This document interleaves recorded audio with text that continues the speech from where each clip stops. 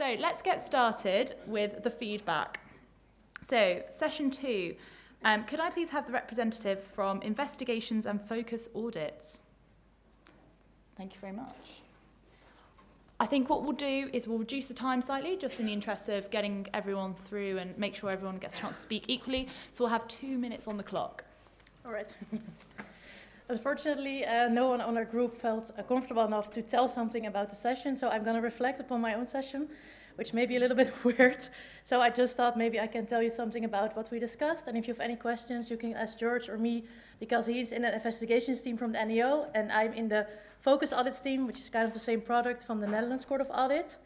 So we discussed first what are focus audits and what is the difference between normal or traditional audits and focus audits or investigations. And the conclusion is that there are 2 main differences between those products. First of all, they have a short lead time, between 8 or 13 weeks, depending on what institution is executing them. And the second point is that they don't end with any recommendations or conclusions. Then we addressed the question why we started to do these type of audits. And the main reason behind it was that we felt a need as the NCA to come up with investigation of with audits that have a short lead time to address questions that are now hot in the public debate. So to fact checking, is it true what the people are saying? Is it true what the parliament is discussing about? Then we had a little exercise. The NAO has identified 4 key principles for their investigations, which are timely, factual, targeted, and high quality. And we discussed within our group if other people from other sides think that they're the good 4 main points of investigations, or that they want to add something, or but they mostly agreed upon them. And lastly, we let me see. Yeah, we explained something about the journeys going on. The NCA started with investigations 2 years ago and has performed 4, and I think your institution has performed over 70 or something like that. So if you have any questions about it, you can ask one of us, and I think that will be it. Perfect, again.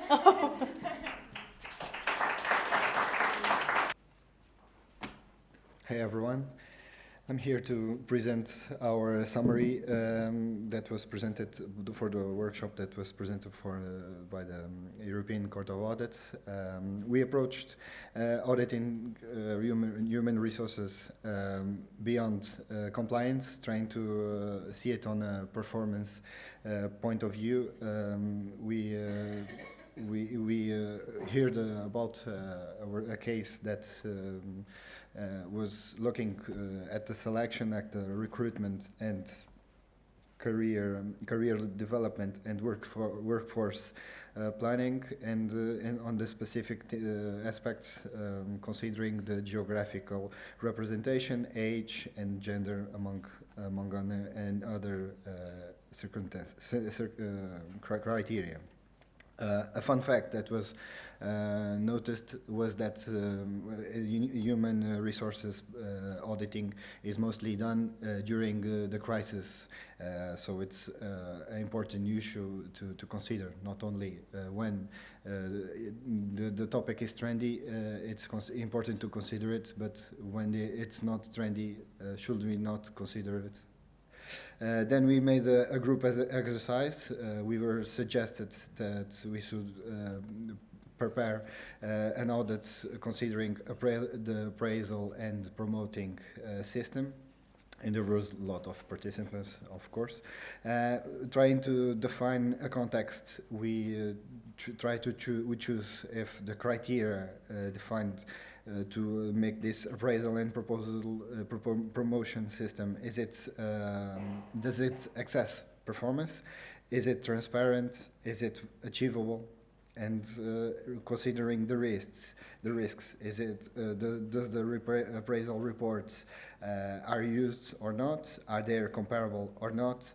Then there was a risk about the access to personal data and the quality of the data. Is it soft or is it enough for being present on the audit? That is time. Okay. Thank you very much for that summary.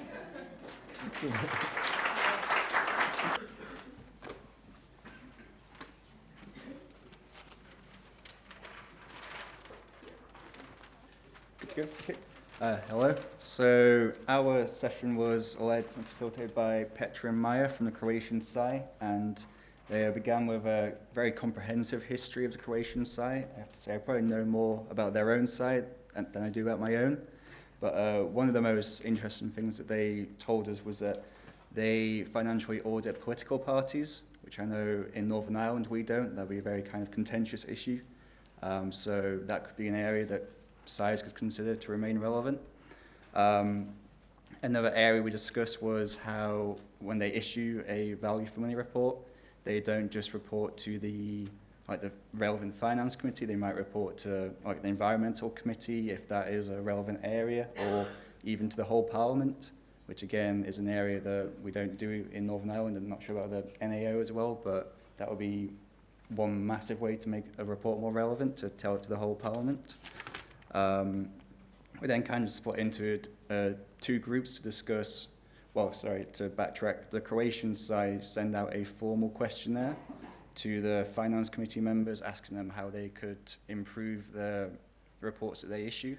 And we split into two groups, one acting as members of the Croatian side, thinking of questions that they could ask on that questionnaire. And another one, the other group was pretending to be members of the finance committee and coming up with their own questions. So I won't go through them, but we've done loads of questions here, and it looks like there's just two, but we did absolutely loads of work. There's maybe 10 questions on there. But as I said, we kind of split into then a discussion about how each country kind of gets feedback from its kind of finance committee, whether it's formal or informal. And it seemed to be quite a mix in the room. Like ourselves, it's quite informal, but that then presents a challenge of how do you spread that information within the SAI to make sure that everyone's relevant. And I'll end there, because, yeah, sure. Okay, thank you very much. Hello, everyone. I'm Olesa Cymborska, the representative of the Accounting Chamber of Ukraine. And I would like to tell you about the experience of the Supreme Audit Office of Spain in auditing of political parties.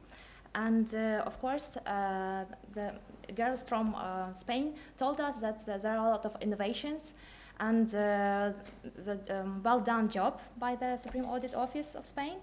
And they told us that they have drawn up a good electronic site to receive the information from the political parties, and also they designed two internal applications for downloading the data collected from the electronic site. And of course, there is a value added in such applications. For example, in data collection, the information was standardized, and there is accountability. In data collection, third parties, they got evidences, and also the planning allowed the Supreme Audit Office to follow up, to do the follow-up of the audits, and during the execution, the applications do automatically calculations, and also a good one is the direct reporting. And I would like to say that it was a good job of Supreme Audit Office, and I will definitely recommend and advise my leadership of the Accounting Chamber of Ukraine to implement such applications and electronic site of on this topic. And I can say that my colleagues from the workshop of our team will agree with me. That it was very interesting topic actually, and a good information we received from the girls from Spain. Thank you, them. Thank you very much. We had a very interesting session with our German and Slovenian colleagues about better content and communication in audit reports. And actually, we had different themes we were addressing. The first was, what is good information, or how has information to be good? So it has to be accurate, complete, things like that.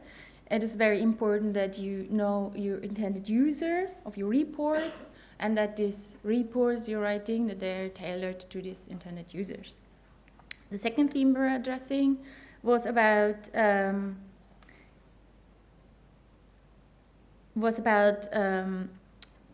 audits, which are actually addressing long-term perspective themes. So they were addressing, Slovenian colleagues, they were addressing themes like environment, healthcare, IT, and they presented us some audits they were doing within these themes, and it was very interesting.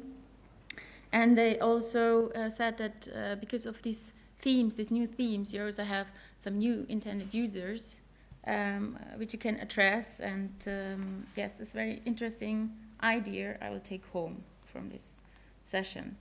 Then we were addressing some new types of presentation for reports, like infographics, which are videos, which are very interesting, so you can deliver them to the press, so you can maybe guide the press as well a bit, no? You can make them understand better, so you can maybe avoid some wrong information going out. The videos they were presenting were really interesting. It's very cool videos from the Slovenian colleagues, you should really look at them. It's some combination of some real videos with some infographics. Yes, it's a very good way to communicate the information, I think. Then we're talking about Twitter. If we really need some clear directions when we use Twitter or Facebook or whatever, so we can handle this. New ways of communication. And the conclusion was that we really need these new ways of communication. And we should stay curious and open and courageous, even when some experienced colleagues are making fun of it sometimes. I know I did this experience. We were trying to do some videos about some results from some reports, and it was very difficult to convince the experienced colleagues about the use of this. And yeah. Thank you. I will start with a flashback. At a Young EUROSAI conference in Rotterdam in 2013, Young Auditors has identified challenges which should be overcome in their work, and one of them was international communication and cooperation. And that's why we dedicated our workshop to the importance of sharing information, which is relevant nowadays. During our workshop, we had an online poll where we all agreed that we are all looking for an easy and flexible platform like social media that we use in our everyday life, and where auditors could communicate, exchange information, share methodologies, and so on. That's why we broke down the auditors into two groups, and they were, their task was to find limitations in the international cooperation and sharing information. And we have found some, mainly that when there is an information shared, there is usually no contact person I could turn to for some more feedback. It's very lengthy to find who actually issued which audit. Another one was that audit plans are not shared, so it's very difficult to find relevant topic for comparison. Then was language barrier, and that some data are confidential. Anyway, we agreed that international cooperation should be beneficial for all parties, and that therefore the Czech SAI initiated a so-called benchmark information exchange project 2 years ago, which is a platform for sharing information for benchmarking purposes. And we had a discussion on that, and we came to a conclusion that BIP, as we call it, is a good start for effective and faster cooperation for auditors. This platform is open for everybody, and this platform could actually address the limitations we have identified. Great, thank you.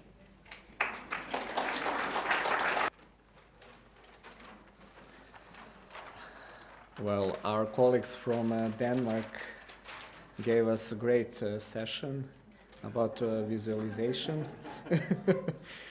as you can see. As we have already mentioned before, we need to write shorter reports, but at the same time which are more clear and precise. And actually visualization is a great tool for doing that. We are now in the phase that we write text complemented with some visuals, but we are aspiring towards visualization complemented by text, as that Chinese saying goes, a picture is worth 1,000 words. So this is the process that can't be stopped, and we should use it. After that, we have some group work. So we should draw some pictures of some findings from the report. And what was interesting about that, although they were all quite similar, there were a difference some difference between them. So actually that shows us that maybe we should take some trainings, auditors should take some trainings, or at least some joint sessions with visual experts that could bring toward some excellent results. So to sum up, visualization is something that we shouldn't be afraid of. It should be used wisely. And also maybe some kind of databases should be established just to share ideas between all the SAIs in order to get some great ideas and to represent our reports more clearly and precisely. Brilliant, thank you.